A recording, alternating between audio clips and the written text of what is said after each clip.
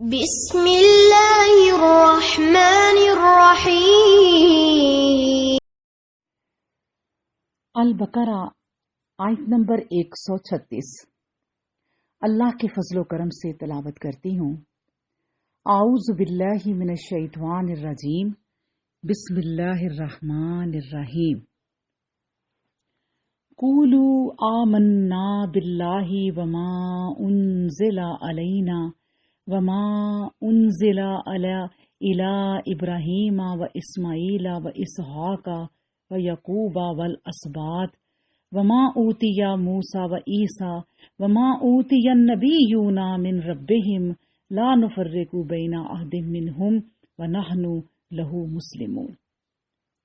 قولو کہو تم، آمنا ایمان لائے ہم، باللہ اللہ پر، وما اور اس پر جو انزلہ نازل کیا گیا، علینا طرف ہماری، وما اور جو انزلہ نازل کیا گیا الا طرف ابراہیم کے، و اسماعیل اور اسماعیل، و اسحاق اور اسحاق، اور یعقوب اور یعقوب علیہم السلام کے، والاسباط اور اولاد یعقوب کے، وما اور جو اوتیا دیے گئے موسیٰ و عیسیٰ اور عیسیٰ علیہم السلام، وما اور جو اوتیا دیے گئے النبیون تمام انبیاء، من ربہم اپنے رب کی طرف سے، لا نفرقو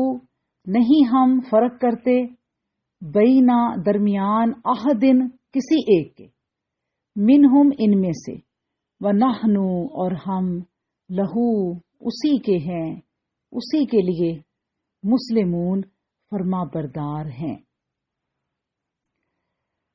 اللہ اکبر۔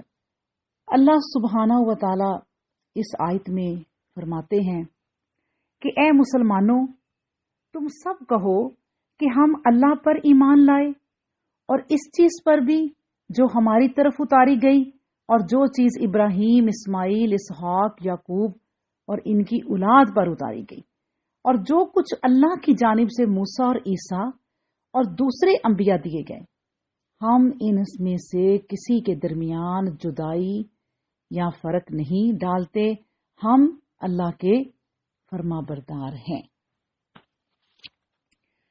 اللہ اکبر۔ اب دیکھیں کہ اس آیت میں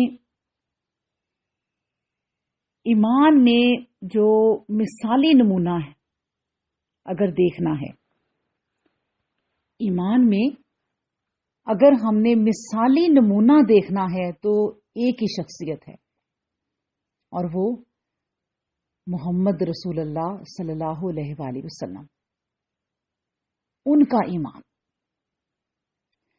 ایمان کی حقیقت تو کہیں مجمل اور کہیں مفصل بیان ہوتی ہی رہتی ہے، اور آئندہ قرآن کے صفات میں بھی ہوگی، لیکن غور کرنے کی بات یہ ہے کہ رسول کریم صلی اللہ علیہ وآلہ وسلم اور صحابہ کرام رضی اللہ تعالی عنہم، وہ ایک ایسی یہ شخصیات ہیں کہ ان کا مثالی نمونہ جو ہے وہ ہمارے لیے اللہ کے نزدیک مقبول اور معتبر صرف اسی طرح کا ایمان ہے جس طرح کا رسول اللہ صلی اللہ علیہ وآلہ وسلم اور صحابہ رضی اللہ عنہم نے اختیار فرمایا۔ جو ایمان اس سے ذرا سا بھی مختلف ہو وہ اللہ کے نزدیک مقبول نہیں ہو سکتا، اور نہ ہی وہ ملت ابراہیمی کہلا سکتا ہے۔ جتنی چیزوں پر یہ لوگ ایمان لائے ان میں کوئی کمی یا زیادتی نہ ہو، اور جس طرح افلاس کے ساتھ ایمان لائے اس میں کوئی فرق نہ آئے کہ وہ نفاق میں داخل ہے، اور اللہ کی ذات و صفات، فرشتے، انبیاء، رسل، آسمانی کتابیں اور ان کی تعلیمات کے متعلق جو ایمان اور اعتقاد رسول اللہ صلی اللہ علیہ وآلہ وسلم نے اختیار کیا ہے، اللہ کے نزدیک وہی مقبول ہے۔ اس کے سوا یعنی اس کے خلاف اس میں کوئی تعویل کرنا یا کوئی دوسرے معنی مراد لینا اللہ کے نزدیک مردود ہے۔ فرشتوں اور انبیاء اور رسل کے لیے جو مقام رسول اللہ صلی اللہ علیہ وآلہ وسلم کے قول و عمل سے واضح ہوا ہے، اس سے ان کو گھٹانا یا بڑھانا ایمان کے منافی ہے۔ اب دیکھیں، اللہ سبحانہ و تعالی اپنے ایماندار بندوں کو ارشاد فرماتا ہے کہ جو کچھ حضرت محمد مصطفیٰ صلی اللہ علیہ وآلہ وسلم پر اترا، اس پر تو وہ تفصیل وار ایمان لائیں، اور جو آپ سے پہلے انبیاء علیہ السلام پر اترا، اس پر بھی اجمالاً ایمان لائیں۔ ان اگلے انبیاء علیہ السلام میں سے بعض کے نام بھی لے دیے گئے اور باقی نبیوں کا مجمل ذکر کر دیا، اور ساتھ ہی فرمایا کہ کسی نبی کے درمیان تفریق نہ کریں کہ ایک کو مانے اور دوسرے سے انکار کر جائیں۔ اور یہ جو عادت تھی یہ اوروں کی تھی کہ وہ انبیاء علیہ السلام میں تفریق کرتے تھے، کسی کو مانتے تھے، کسی سے انکار کرتے۔ یہودی حضرت عیسیٰ علیہ السلام کو اور نصرانی محمد صلی اللہ علیہ وآلہ وسلم کو مانتے۔ حجازی عرب موسیٰ علیہ السلام، عیسیٰ علیہ السلام اور محمد صلی اللہ علیہ وآلہ وسلم کو یعنی تینوں کو نہیں مانتے تھے۔ ان سب کو فتویٰ ملا ہے قرآن میں، اور وہ کیا ہے؟ اولئک ھم الکافرون حقا، یہ لوگ بالیقین کافر ہیں۔ اللہ اکبر۔ اس وضاحت سے ان تمام باطل فرقوں کے ایمان کا خلل واضح ہو گیا، جو ایمان کے دعوے دار ہیں مگر حقیقت ایمان سے بے بہرا ہیں، کیونکہ زبانی دعویٰ ایمان کا تو ہر کوئی کرتا آیا ہے اور کرتا ہے، یہاں تک کہ بت پرست مشرکین بھی کرتے تھے اور موجودہ مشرک بھی کرتے ہیں، اور اس طرح یہود و نصارہ بھی، اور ہر زمانے میں جو ہے زندیق ملحد بھی، مگر چونکہ ان کا ایمان بتفصیل اس طرح کا نہیں تھا جیسے کہ رسول اللہ صلی اللہ علیہ وآلہ وسلم کا ہے، اس لیے وہ اللہ کے نزدیک مردود اور نامقبول ہوا۔ یاد رکھیں کہ فرشتہ اور رسول کی عظمت و محبت میں اعتدال مطلوب ہے۔ افراط اور تفریط گمراہی تھی اور ہے اور رہے گی۔ اسی طرح نبی اور رسول کی اختراعی قسمیں ذلی، بروزی اور لغوی ختم نبوت کے بعد سب کی سب گمراہی ہے، اور ایمان، آخرت کی تعویلات باطلہ سب کی سب مردود ہیں۔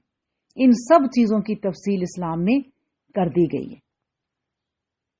سب سے بڑی اور اہم بات یہ ہے کہ ہمارا اللہ پر ایمان ہے، قرآن کریم پر ایمان ہے، جو محمد رسول اللہ صلی اللہ علیہ وآلہ وسلم پر نازل ہوا، لیکن وہ تمام تعلیمات بھی ہم مانتے ہیں اور تسلیم کرتے ہیں جو ابراہیم علیہ السلام، اسماعیل علیہ السلام، اسحاق علیہ السلام، یعقوب علیہ السلام اور ان کی اولاد پر اترتی رہی۔ اس طرح ان کتابوں پر بھی جو موسیٰ علیہ السلام کو دی گئی، بلکہ ہم تو ان تمام تعلیمات پر ایمان رکھتے ہیں جو دنیا کے دوسرے نبیوں کو بھی دی گئی تھی۔ معلوم یہ کیسے؟ ایسے ہی کہ ہم ایک دوسرے سے بالکل اصولوں میں جدا نہیں کرتے، جیسا کہ اللہ تبارک و تعالیٰ نے اس آیت میں فرما دیا کہ لا نفرق بین احد منہم، کیوں؟ وَنَحْنُ لَهُ مُسْلِمُونَ، جو مسلمان ہے، جو اللہ کا فرما بردار ہے، وہ ان میں کوئی تفریق نہیں کرے گا۔ وہ سب ایک ذات کی طرف بھیجے گئے تھے، اور اصولی طور پر ان سب کی تعلیمات بھی ایک ہی تھی، اور سب ہی کی تعلیمات کا نچوڑ یہ تھا کہ اے انسانوں، تم سب مل کر ایک اللہ کے پرستار ہو جاؤ اور اس کی فرما برداری کا دم بھرو۔ پھر سن لیں کہ سچے مسلمان کبھی یہ نہیں کہتے کہ نؤمنو ببعض و نکفرو ببعض، یعنی ہم بعض پر تو ایمان لاتے ہیں اور بعض پر نہیں لاتے. ایک جو مومن ہے وہ اس طرح کی بات نہیں کر سکتا. اللہ اکبر. ایک مسلمان کی شان یہ ہے کہ وہ ہر نبی پر ایمان لاتا ہے. صداقت کی آواز دنیا کے کسی گوشہ سے بلند ہو، مسلمان اس کو لبیک کہتا ہے. مسلمان کا دین عالمگیر دین ہے اور ہر سچائی اس کے دامن میں جگہ پکڑنے والی ہے. اور اس حقیقت کی طرف رسول اللہ صلی اللہ علیہ وآلہ وسلم نے اس حدیث میں ہمیں اشارہ فرمایا ہے. وہ کیا ہے؟ حکمت و دنائی کی بات نبی کریم صلی اللہ علیہ وآلہ وسلم نے فرمایا کہ حکمت و دنائی کی بات مسلمان کی گمشدہ متاع ہے، جہاں دیکھے اس پر قبضہ کر لے کہ وہی اس کا وارث ہے. اللہ اکبر. حضرت ابو ہریرہ رضی اللہ عنہ فرماتے ہیں کہ اہل کتاب تورات کو عبرانی میں پڑھتے تھے اور عربی میں تفسیر کر کے اہل اسلام کو سناتے تھے. نبی صلی اللہ علیہ وآلہ وسلم نے فرمایا کہ اہل کتاب کی سچائی یا تکذیب نہ کرو، بس کہہ دیا کرو کہ اللہ پر اور اس کی نازل کی ہوئی کتابوں پر ہم ایمان رکھتے ہیں. اللہ اکبر. ابن ابی حاتم میں ہے کہ نبی کریم صلی اللہ علیہ وآلہ وسلم نے فرمایا کہ ہمیں تورات انجیل پر ایمان رکھنا ضروری ہے، لیکن عمل کے لیے صرف قرآن اور حدیث ہی کافی ہے. عمل کے لیے اب یہ صرف دو چیزیں ہیں. اور میں آپ کو یہ بتاتی چلوں کہ نبی صلی اللہ علیہ وآلہ وسلم صبح کی 2 سنتوں میں پہلی رکعت میں یہ آیت آمنا باللہ وما انزل علینا پڑھا کرتے تھے، اور پھر اس کے بعد دوسری رکعت میں آمنا باللہ وشہد بأننا مسلمون جو سورہ آل عمران میں ہے اور آیت نمبر ہے یہ 52، یہ پڑھا کرتے تھے. اللہ اکبر. ہم جو پڑھتے ہیں اللہ تعالیٰ اس پر عمل کرنے کی توفیق عطا فرمائے. وآخر الدعوانا ان الحمد للہ رب العالمین.